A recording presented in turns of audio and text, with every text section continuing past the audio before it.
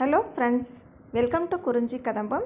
நாம் இன்றைக்கி உளுந்து வடை அல்லது மெதுவடை எப்படி பெர்ஃபெக்டான ஷேப்பில் எண்ணெயே குடிக்காமல் கடையில் மாதிரி வெளியில் மொறுமொறுப்பாகவும் உள்ளே சாஃப்டாகவும் இருக்கிற மாதிரி பண்ணுறது அப்படிங்கிறதான் பார்க்க போகிறோம். இதுக்கு நிறைய டிப்ஸ் அண்ட் ட்ரிக்ஸ் இருக்குது. வீடியோவை ஃபுல்லாக பாருங்கள். இதுக்கு தேவையான பொருள் தோல் இல்லாத முழு உளுந்து ஒரு ஆளாக எடுத்திருக்கேன். முதல்ல ஒரே ஒரு முறை கழுவிட்டு போதுமான அளவு தண்ணீர், அதாவது உளுந்து மூழ்கிறதுக்கு மேலே கொஞ்சம் தண்ணீர் இருந்தால் போதும். நிறையா தண்ணி ஊற்றி ஊற வைக்க வேண்டிய அவசியம் இல்லை. இது மினிமம் 2 மணி நேரம் நீங்கள் ஊற வைக்கணும். அப்போ தான் மாவு நிறையா கிடைக்கும், வடையும் நல்லா சாஃப்டாக இருக்கும். ஃப்ரிட்ஜில் வச்சு யூஸ் பண்ணக்கூடாது, ஊற வைக்கும்போது ஃப்ரிட்ஜில் வைக்கக்கூடாது. அதேமாதிரி 2 மணி நேரத்துக்கு அதிகமான நேரம் வச்சுருந்தீங்கனாலும் வடை எண்ணெய் குடிக்கும். இதுதான் முதல் டிப். அடுத்து இது கூட சேர்க்கக்கூடிய பொருட்கள்னால் காரத்திற்கு பச்சை மிளகாயும் சுவைக்கு இஞ்சியும் எப்போவுமே சேர்ப்போம். அதை நம்ம மாவை ஆட்டி எடுத்துகிட்டு அதுக்கப்புறமா சேர்க்கிற வழக்கம். ஆனால் நான் என்ன பண்ணுவேன்னா, குழந்தைங்க பெரியவங்களாம் அதை கடிக்கும்போது அது டிஸ்டர்பன்ஸாக இருக்குன்னு ஃபீல் பண்ணுவாங்கங்கிறதுனால பச்சை மிளகாயும் இஞ்சியும் பொடியாக கட் பண்ணிவிட்டு மாவை அரைக்கும் போதே நான் அதை சேர்த்துருவேன். அப்போ என்ன ஆகும்னா, பச்சை மிளகாயோ இஞ்சியோ இடையில வராது, யாருக்கும் கஷ்டம் தெரியாது. அதுக்கடுத்து பார்த்திங்கன்னா, இந்த உளுந்தை கிரைண்டரில் அரைச்சிங்கன்னா உங்களுக்கு வடை அதிகமாக கிடைக்கும். நார்மலாக கிடைக்கிற வடையை விட 1/3 வடை கிரைண்டரில் அரைக்கும் போது அதிகமாக கிடைக்கும். நீங்கள் மிக்சியில் அரைக்கிறதா இருந்தால் வேறு வழி இல்லை அப்படின்னாலும் மிக்சியில் அரைச்சிக்கலாம். ஆனால் வடையுடைய குவான்டிட்டி நமக்கு கம்மியாக தான் கிடைக்கும். மற்றபடி எந்த டிஃப்ரென்ஸும் இருக்காது. உளுந்த கல்லில் போடும்போதே பச்சை மிளகாயும் இஞ்சியும் பொடியாக நறுக்கி சேர்த்துடணும். அப்போ தான் நல்லா அரைப்படும். நீங்கள் பொடியாக நறுக்கி கடைசியில் சேர்த்திங்கனாலும் அரைப்படாது, அதனால் முதல்லையே சேர்த்துருங்க. அதே மாதிரி மாவை அடிக்கடி தள்ளி விட்டுட்டே இருக்கணும், இல்லைன்னா மேலே உளுந்து நின்றும். தண்ணி நிறைய தெளிக்கக்கூடாது. மொத்தமே ஒரு ஆளாக்குக்கு 1/2 டம்ளர் தண்ணி அப்படிங்கிறது ரொம்ப அதிகமானதாக தான் இருக்கும். அதனால் கொஞ்சம் கொஞ்சமாக நீங்கள் தண்ணி தெளித்து தான் ஆட்டணும், தண்ணி ஊற்றி ஆட்டக்கூடாது. லைட்டாக இந்த மாதிரி ஒரு டேபிள் ஸ்பூன் 2 டேபிள் ஸ்பூன் தண்ணி அந்த மாதிரி தான் ஊற்றணும். அதே மாதிரி உப்பு எல்லாருமே கடைசியில் சேர்ப்பாங்க, நான் முன்னாடியே சேர்த்துருவேன். உப்பு ஆட்டும் போதே சேர்த்துட்டிங்கன்னா நல்லா அரைப்பட்டுரும். தூள் உப்பாக இருந்தால் கூட நம்ம மாவு அரைச்சதுக்கப்புறமா சேர்த்துனோன்னா கரையாமல் அங்கங்கே நமக்கு கசப்பு சுவை கொடுக்கும். அப்படி இல்லாமல் நீங்கள் முன்னாடியே சேர்த்துடணும். உப்பு சேர்க்கறதா இருந்தால் பச்சை மிளகாய் இஞ்சி சேர்த்து ஒரு கொஞ்சம் நேரம் ஆட்டினதுக்கப்புறமா உடனேவே உப்பு சேர்த்துடணும். கடைசியாக உப்பு சேர்த்திங்கன்னா மாவு நீர்த்துரும், தண்ணி மாதிரி ஆயிரும். இப்போ வடை ஷேப்பாக வராது, எண்ணெயும் குடிக்கும். அதனால் உப்பு நீங்கள் மாவு ஆட்டும் போதே சேர்க்கிற மாதிரி இருந்ததுன்னா கண்டிப்பாக நீங்கள் முதல்லையே சேர்த்துடணும். அந்த தண்ணி அதுலேருந்து விடுறதை நம்ம கால்குலேட் பண்ணி அதுக்கு தகுந்த மாதிரி நம்ம கொஞ்சமாக தண்ணி சேர்த்து மாவு அரைச்சிக்கலாம். அதனால் உப்பும் நீங்கள் முன்னாடியே சேர்த்துறது பெட்டராக இருக்கும். 20 to 25 மினிட்ஸ் ஆகும்போது மாவு நல்லா ஆட்டுப்பட்டிருக்கும். இப்போ பார்த்திங்கனாலே தெரியும், அதாவது இடையில பருப்பாக இல்லாமல் நல்லா சாஃப்டாக இருக்கணும். வெண்ணெய் மாதிரின்னு சொல்லுவாங்க இல்லையா, அந்த மாதிரி. நார்மலாக இதை தண்ணியில் போட்டு பார்த்தா மிதக்கும் அப்படின்னு சொல்லுவாங்க. எல்லா டைம்லையும் நீங்கள் போட்டு பார்த்தாலும் மிதக்கும். பட் அப்படி இல்லாமல் நமக்கே தெரியும், ஒரு மாதிரி பருப்பாக இல்லாமல் நல்லா ஸ்மூத்தான பேஸ்ட்டாக இருந்ததுன்னா மாவு நல்லா அரைச்சிருச்சுன்னு அர்த்தம். அதே மாதிரி நம்ம மிளகு சேர்ப்போம் இல்லையா, மிளகை தனியாக இடித்து போடாமல் தோண்டும் போது ஜஸ்ட்டு ஒரு 2 சுற்று சுற்றினா போதும். அந்த டைமில் நீங்கள் மிளகு சேர்த்துட்டிங்கன்னா ரொம்ப பெருசாக கடிக்கும்போது குழந்தைங்களுக்கு டிஸ்டர்பன்ஸாக இருக்காது. ஸோ இப்போ மாவு அரைச்சாச்சு, மாவை நல்லா தோண்டி எடுத்துடணும். கழுவி தண்ணியெல்லாம் ஊற்றிடக்கூடாது. ஸோ இது கூட நம்ம தேவையான அளவு பொடியாக கட் பண்ண வெங்காயமும் கொத்தமல்லி தலையும் சேர்த்துக்க போகிறோம். நான் கறிவேப்பிலை சேர்க்க மாட்டேன்.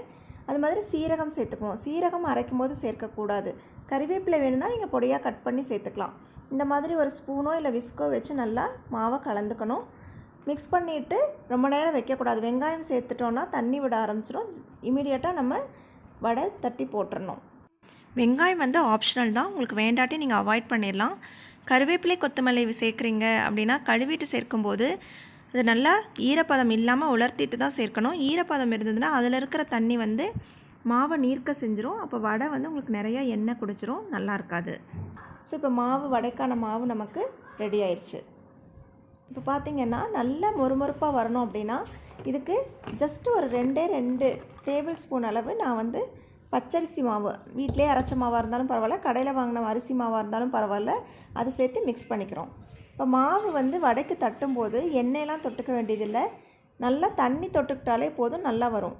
ஸோ தண்ணியில் கையை நனைச்சிட்டு இந்த மாதிரி வேணுங்கிற அளவு மாவு நல்லா பெருசாக எடுக்கணும். லெமன் சைஸை விட பெரிய சைஸாக எடுத்து நல்லா அப்படி உருட்டிட்டு நடுவில் ஒரு ஹோல் உங்கள் பெருவிரல் வச்சு போட்டிங்கன்னா ஹோல் வரும். இல்லை அப்படி போட தெரியலனா இந்த மாதிரி இலையில் தண்ணி தொட்டுக்கலாம். நீங்கள் எண்ணெய் தொட வேண்டியதில்லை, தண்ணி தொட்டுட்டு இந்த மாதிரி உருட்டி வச்சுட்டு லைட்டாக ப்ரெஸ் பண்ணிவிட்டு நீங்கள் நடுவில் ஒரு ஹோல் போட்டு அப்படியே தலைகளாக திருப்புனீங்கன்னா அந்த வடை உங்கள் கைக்கு வந்துடும். அதுக்கப்புறமா நீங்கள் எண்ணெய்க்குள்ளே போட்டு எடுத்துடலாம். இல்லை வாழை இலை இல்லை அப்படின்னா நீங்கள் வந்து நார்மலாக ஒரு பிளாஸ்டிக் ஷீட் இருந்ததுன்னா அதில் கூட போடலாம். அப்படியும் இல்லை அப்படின்னா ரொம்ப ஈஸியான மெத்தடு. இந்த மாதிரி நம்ம ஃபில்டர் எல்லாருக்கிட்டையுமே இருக்கும், ஸ்டீல் ஃபில்டர். அது மேலே இந்த மாதிரி மாவை உருட்டி மேலே தலைகளாக திருப்பிட்டு மேல் பாகத்தில் வச்சுட்டு நான் லைட்டாக ஷேப் பண்ணிக்கோங்க. லைட்டாக தட்டிட்டு இப்போ ப்ரெஸ் பண்ணிங்கன்னா ஒரு உங்களுக்கு அந்த தட்டையாக கிடச்சிடும். நடுவில் ஹோல் போட்டுட்டு அதை அப்படியே திருப்பி எண்ணெய்க்குள்ளே விடலாம். ஸோ இது ரொம்ப ஈஸியாக இருக்கும் பிகினர்ஸ்க்கெலாம். கையில் வந்து எண்ணெய் பட்டுருமோங்கிற கவலைப்பட வேண்டாம். ஸோ இப்போ எண்ணெய் நல்லா காஞ்சதுக்கப்புறமா வடை போட போகிறோம். இப்போ போட்டு காமிக்கிற பாருங்க.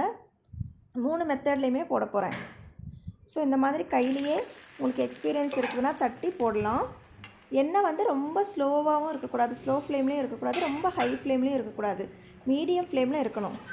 ஸோ இப்போ இலையில் தட்டி போட போகிறோம். தண்ணி தொட்டுக்கிட்டிங்கன்னா தான் நீங்கள் உங்களுக்கு கையில் ஒட்டாது. எண்ணெய் தொட்டால் கூட உங்களுக்கு மாவு கையில் ஒட்டும். தண்ணிக்கு ஒட்டாது. நிறைய தண்ணி தொட்டு அதுக்காக போட்டு பிசைஞ்சிடாதீங்க, அப்புறம் எண்ணெய் குடிச்சிரும். அதே மாதிரி உருட்டும் போதும் இந்த மாதிரி நீங்கள் வடைக்கு உருட்டும் போது பாருங்கள், நல்லா பெரிய பால் சைஸ்க்கு எடுத்துகிட்டு நல்லா கொஞ்சம் உயரமாக திக்காக உருட்டணும். அப்போ தான் வடை உள்ளே சாஃப்டாகவும் வெளியில் மொறுமொறுப்பாகவும் இருக்கும். இந்த மாதிரி ஸ்ட்ரெயினரில் தட்டிட்டு இப்படி ஸ்ட்ரெயினரோடு நீங்கள் எண்ணெய்க்குள்ளே விட்டிங்கன்னா தனியாக விழுந்துடும். ஸோ உங்களுக்கு எண்ணெய்க்குள்ளே கை போகாது. ஸோ கண்டிப்பாக பிகினர்ஸ்க்கு வந்து இது ரொம்ப யூஸ்ஃபுல்லாக இருக்கும். கையில் வந்து எண்ணெய் படாமல் பயம் இல்லாமல் நீங்கள் உள்ளே விடலாம். ஸோ பொறுமையாக திருப்பி போட்டு இந்த மாதிரி நல்லா பொன்னிறமாக ஆகிற வரைக்கும். முதல்ல எவ்வளோ பபிள்ஸ் வந்தது, இப்போ லைட்டாக தான் பபிள்ஸ் வருது. இந்த மாதிரி எடுக்கணும். ஓவர்லோடு பண்ணக்கூடாது எண்ணெயில்.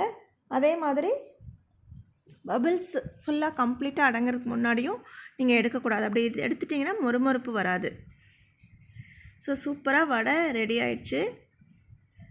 பார்க்கும்போதே உங்களுக்கு தெரியும், ஒரு ஷைனிங் லுக் இருக்கும். அரிசி மாவு போடணும்னு சொல்லியிருந்தேன் இல்லையா, அது கண்டிப்பாக போடணுங்கிறது இல்லை, ஒரு கிறிஸ்பினஸ்க்காக தான் போடுறோம். இப்போ வடை எடுத்தாச்சு பாருங்கள். சூப்பராக கடையில் மாதிரியே சாஃப்டான மொறுமொறுப்பான வடை தயாராகிடுச்சு. இதில் சொன்ன எல்லா டிப்ஸும் உங்களுக்காக ஒரு குயிக் ரிக்கப். உளுந்த பருப்பு கண்டிப்பாக மினிமம் 2 மணி நேரமாவது ஊற வைக்கணும். ஊற வைக்கும்போது ஃப்ரிட்ஜில் வைக்கக்கூடாது. அதே மாதிரி 3 மணி நேரத்துக்கு அதிகமாகவும் ஊறக்கூடாது. ஃப்ரிட்ஜில் வைக்கிறதோ இல்லை அதிகமான நேரம் ஊறதோ இருந்ததுன்னா கண்டிப்பாக வடை வந்து நிறைய எண்ணெய் இழுத்துரும். அதே மாதிரி கிரைண்டரில் ஆட்டினீங்கன்னா உங்களுக்கு நிறையா வடை கிடைக்கும். இப்போ ஒரு ஆளாக்கு 20 வடையாவது கிடைக்கும். ஆனால் மிக்சியில் அரைச்சிங்க அப்படின்னா ஒரு 14லேருந்து 15 வடை தான் கிடைக்கும். பச்சை மிளகாய் இஞ்சியை வந்து நீங்கள் முதல்லையே சேர்த்துடலாம். இது மாதிரி உப்பு சேர்க்குற மாதிரி இருந்ததுன்னா உப்பையும் நீங்கள் ஆட்டும் போதே முதல்லையே சேர்த்துடணும். கடைசியில் சேர்த்திங்கன்னா உப்பு நீர்த்து விடும், தண்ணி விட்டுரும்.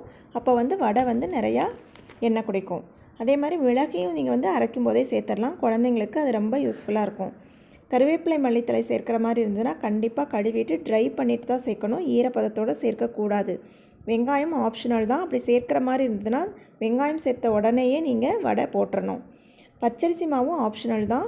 நீங்கள் வந்து வேணும்னா சேர்த்துக்கலாம். வடை வந்து அவுட்ரு சைடு மொறுமொறுப்பாக இருக்கும். ஒருவேளை உங்கள் மாவு நீர்த்திருச்சுன்னா கூட இன்னும் கொஞ்சம் அதிகமான பச்சரிசி மாவு நீங்கள் சேர்த்துக்கலாம். இதுமாதிரி வடை தட்டும்போது நல்லா தடிமனாக தட்டணும். அப்போ தான் உள்ளே சாஃப்டாகவும் வெளியில் மொறுமொறுப்பாகவும் இருக்கும். வடை சைஸ் வந்து எவ்வளோ பெருசு வேணாலும் இருக்கலாம், சின்னதாக இருக்கலாம், பெருசாக இருக்கலாம். ஆனால் இந்த மொந்தமாக இருக்கிறது வந்து கொஞ்சம் தடிமனாக இருந்தால் தான் வடை நல்லாயிருக்கும். அதே மாதிரி அடுப்பு எப்போவுமே மீடியம் ஃப்ளேமில் இருக்கணும். மீடியம் ஃப்ளேமில் இருந்தால் தான் உங்களுக்கு வடை வந்து வெளியில் மொறுமொறுப்பாகவும் உள்ளே சாஃப்டாகவும் இருக்கும். ரொம்ப சிம்மில் வச்சிங்கன்னா வடை எண்ணெய் இழுத்துரும். ரொம்ப கையில் வச்சிங்கன்னா வடை வந்து டக்குன்னு கருத்துரும், உள்ளே வேகாது, மாவாக தான் இருக்கும். ஸோ இந்த டிப்ஸ் எல்லாம் ஃபாலோ பண்ணிங்கனாலே, அதே மாதிரி 3 மெத்தட் சொல்லியிருக்கேன், அந்த மெத்தடில் நீங்கள் வடை போடலாம். ஸோ இது எல்லாமே ஃபாலோ பண்ணிங்கன்னா நீங்கள் பிகினராக இருந்தால் கூட உங்களுக்கு ஹோட்டலில் மாதிரியே சூப்பரான பெர்ஃபெக்டான ஷேப்பில் மொறுமொறுப்பான சாஃப்டான வடை கிடச்சிரும். கண்டிப்பாக இது எல்லா டிப்ஸும் ட்ரை பண்ணி பார்த்துட்டு அதே மாதிரி ஃபாலோ பண்ணி நீங்கள் வடை போட்டு பாருங்கள். பார்த்துட்டு எப்படி இருந்ததுன்னு உங்கள் ஃபீட்பேக்கை கமெண்ட்டில் சொல்லுங்கள். பிடிச்சிருந்ததுன்னா லைக் பண்ணுங்கள். மற்றவங்களுக்கு யூஸ்ஃபுல்லாக இருக்குன்னா ஷேர் பண்ணுங்கள். தேங்க்ஸ் ஃபார் வாட்சிங். இது வரைக்கும் நம்ம சேனலுக்கு சப்ஸ்கிரைப் பண்ணிடலாம், மறக்காமல் சப்ஸ்கிரைப் பண்ணிடுங்க. வாழ்க வளமுடன்.